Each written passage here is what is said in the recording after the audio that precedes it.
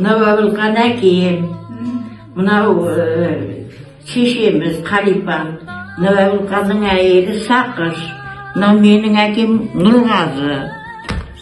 Мынау Әбілқан әкем өзінің мастерскойында жұмыс жасап жатыр. Мынау Әбілқанның Шежін ауылына қыдырып келген кезі.